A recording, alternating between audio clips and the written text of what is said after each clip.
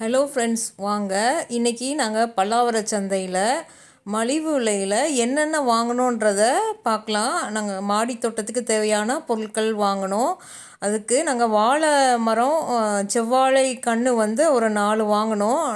ஒரு வாழைக்கன்று வந்து 50 ரூபான்னு 4 வாங்கினோம். நெக்ஸ்ட்டு வந்து கீரை விதைகள், கொத்தமல்லி விதைகள் வாங்கினோம். ஒன்று 10 ரூபா, ஒரு பேக்கெட் 10 ரூபா. சிகப்பு கீரை, கொத்தமல்லி விதை, அரைக்கீரை, இது 3ம் வாங்கினோம். நெக்ஸ்ட்டு கொக்கோபிட் வந்து 5 கிலோ ஒரு பிளாக் வரும். 2 பிளாக் வாங்கினோம். ஒன்று 100 ரூபான்னு 2 வாங்கினோம், 10 கிலோ. அப்புறம் நெக்ஸ்ட்டு வந்து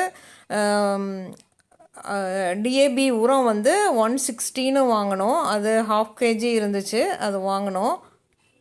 நெக்ஸ்ட்டு மண்புழு உரம் வந்து 20 கிலோ 200 வாங்கினோம். அது கொஞ்சம் குறைச்சி கொடுத்தாரு, கேட்டு பேசி வாங்கிக்கலாம். நீங்கள் வாங்கிய கொக்கோபிட்டை வந்து 12 ஹவர்ஸ் நல்லா தண்ணியில் ஊற விட்டு அதை பிழிஞ்சு எடுத்துக்கணும். இது மாதிரி பிழிஞ்சு எடுத்துட்டு அதில் வந்து தொழு உரமும், வெர்மி கம்போஸ்ட், அப்புறம் புளிச்ச மோர் இதெல்லாம் கலந்து மண்கலவை ரெடி பண்ணி நாங்கள் வாங்கிட்டு வந்த 2 வாழைக்கன்றை வந்து ஃப்ரிட்ஜ் பாக்ஸ் இருக்குல்ல, அதில் வச்சுருக்கோம். மாடி தோட்டத்தில் பார்க்குறீங்க, அதான் நீங்கள் இப்போது.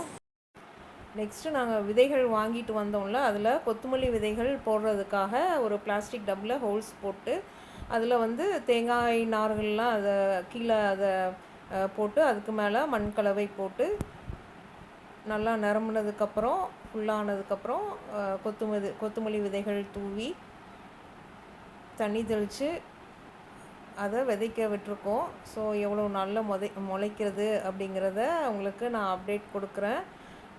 சந்தையில் ஃபஸ்ட் டைம் நாங்கள் இப்போது விதைகள் வாங்கியிருக்கோம். அது முளைக்குதா என்னன்றதை நான் உங்களுக்கு நெக்ஸ்ட் டைம் வீடியோவில் நான் உங்களுக்கு சொல்கிறேன்.